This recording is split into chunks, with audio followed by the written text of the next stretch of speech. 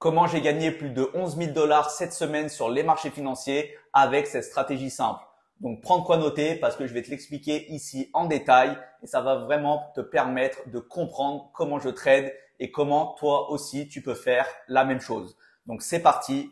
On commence tout de suite avec une analyse du trade que j'ai pris cette semaine sur le Nasdaq Futur.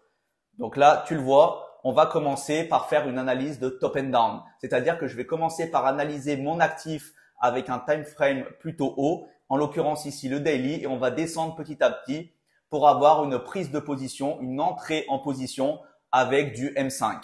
Alors ici, qu'est-ce qui m'a du coup donné mon billet plutôt haussier? En fait, c'est simplement la pause, donc on va dire la pause des tarifs douaniers entre la Chine et les États-Unis. Donc c'est le côté fondamental qui m'a donné, on va dire, un premier billet pour rechercher des achats.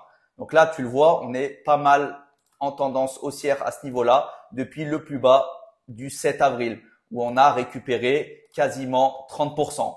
Donc là, j'essaye d'être dans le billet et dans la tendance et donc c'est pour ça que je recherche des achats. Et on a également ici, dans un premier temps en daily, on a eu un gap à l'ouverture. Donc déjà, je vais noter ce niveau. Ici.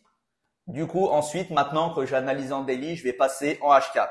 Donc là, je vais déjà pouvoir définir mon nouveau gap. Ici, cette fois-ci, c'est un gap H4 que je vous note ici en blanc.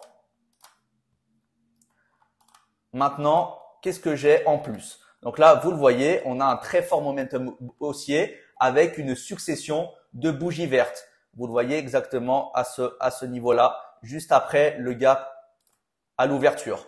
Et vous avez également une succession de bougies à ce niveau-là. Donc là, potentiellement, je vais rechercher du coup des achats pour essayer d'être dans le momentum de la tendance et du coup d'être avec les acheteurs. Le but en trading, c'est vraiment d'être avec les mains fortes. Et donc là, les mains fortes, on le voit, sont en train d'acheter le Nasdaq. Donc moi, je vais me focus du coup à analyser ici pour potentiellement passer des achats.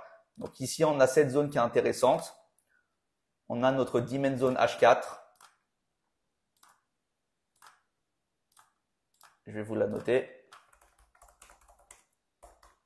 On a notre Demand Zone H4 qui ensuite a donné un très fort momentum haussier et qui a breaké du coup ici le précédent plus haut. Ensuite, maintenant, on va descendre en M30. Et en M30, je vais commencer à analyser un petit peu plus en détail et je vais du coup affiner mes différentes zones.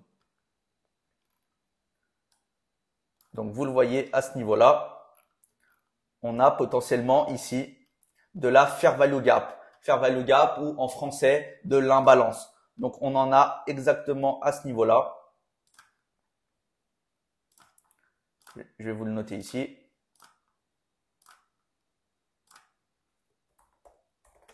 Là, on a une FVG M30. Et on l'a également à ce niveau-là. Donc là, j'ai commencé à définir potentiellement des zones intéressantes où on pouvait passer du coup à l'achat et du coup entrer en position. Ensuite, ce qui est intéressant également ici, c'est que si on utilise un Fibo par rapport à la base à ce niveau-là, ici, vous le voyez, pour l'instant, ça avait bien réagi sur les 50% de Fibo. Donc là, en tout cas, ça me donnait des indications que le niveau était défendu par les acheteurs et c'était un niveau qui était bien défendu et donc attrayant pour potentiellement passer à l'achat. Ensuite, je vais passer ici en M15. Et là, en M15, je vais également affiner mes zones pour les rendre de plus en plus petites avec un range de plus en plus étroit. Et forcément, du coup, ça sera meilleur pour mon ratio risque-reward. Donc là, sur notre première Fair Value Gap, on a cette fois-ci ici notre Fair Value Gap M15 au même titre que la deuxième à ce niveau-là. Donc là, on passe de M30 à M15 et c'est la même chose pour la deuxième. Et vous le voyez également à ce niveau-là, on est toujours bien sur les 50% de Fibo exactement ici. Du coup, là, vous le voyez, on est sur le mouvement complet dans cette phase de hausse. Donc là, on a un retracement ici sur les 50% avec excès. Mais par contre, si on prend du coup un mouvement intermédiaire,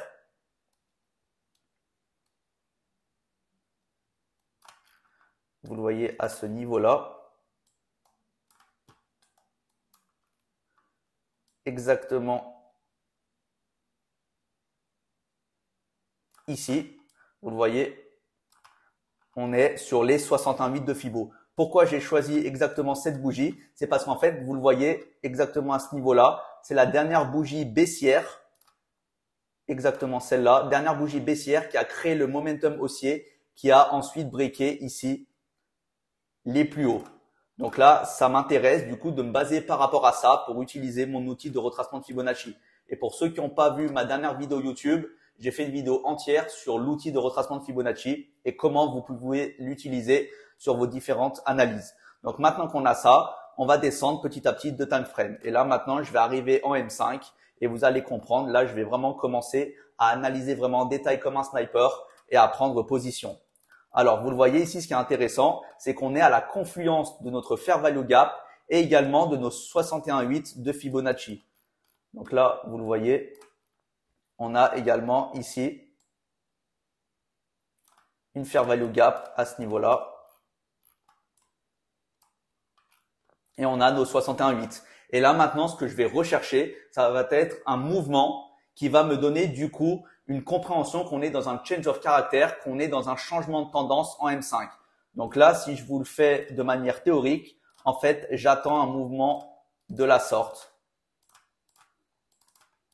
où on est dans une tendance baissière, on a des bas de plus en plus bas et ensuite on a un changement de tendance où on break le précédent plus haut qui était protégé et donc là, ça m'indique qu'on a un changement de tendance avec un change of character et là, du coup, je peux passer à l'achat. Et regardez ce qui est intéressant et pourquoi du coup je suis passé à l'achat à ce niveau-là, c'est qu'on a exactement eu ça dans notre Fair Value Gap M5 et également au niveau des 61,8 de Fibo. Vous le voyez ici, on a ce dernier plus haut qui a été protégé, qui a poussé le prix jusqu'ici, jusqu'au 21 112 et ensuite on est reparti à la hausse et on l'a breaké. Donc pour moi, c'était un changement de tendance clair sur zone et je pouvais potentiellement passer à l'achat. Donc maintenant, en analysant d'autant plus ici, vous le voyez dans notre Fair Value Gap. Donc là, on imbrique encore une fois de nouveaux concepts. Ici, on a notre Demand Zone M5 qui a poussé le prix à la hausse. Vous le voyez, Demand Zone M5, ça a poussé le prix à la hausse et on est vraiment venu breaker. Donc là, ce qui est intéressant ici, c'est que du coup, maintenant, ça va pour moi être une zone d'appui, une zone où je peux passer à l'achat. En plus de ça, j'utilise du coup mon Fibonacci à ce niveau-là. Et là, j'ai mon entrée à la perfection comme un sniper exactement ici. Vous le voyez au 70,5 de Fibo ou alors vous pouvez aller jusqu'à la borne maximale de notre Fair Value Gap. Et vous le voyez ici, vous avez une entrée en position aux alentours des 21 130. Et c'est exactement ce que j'ai fait. Donc là, je vous le montre. Je suis en long ici au 21 130. Ensuite, j'avais un stop loss légèrement en dessous du précédent plus bas.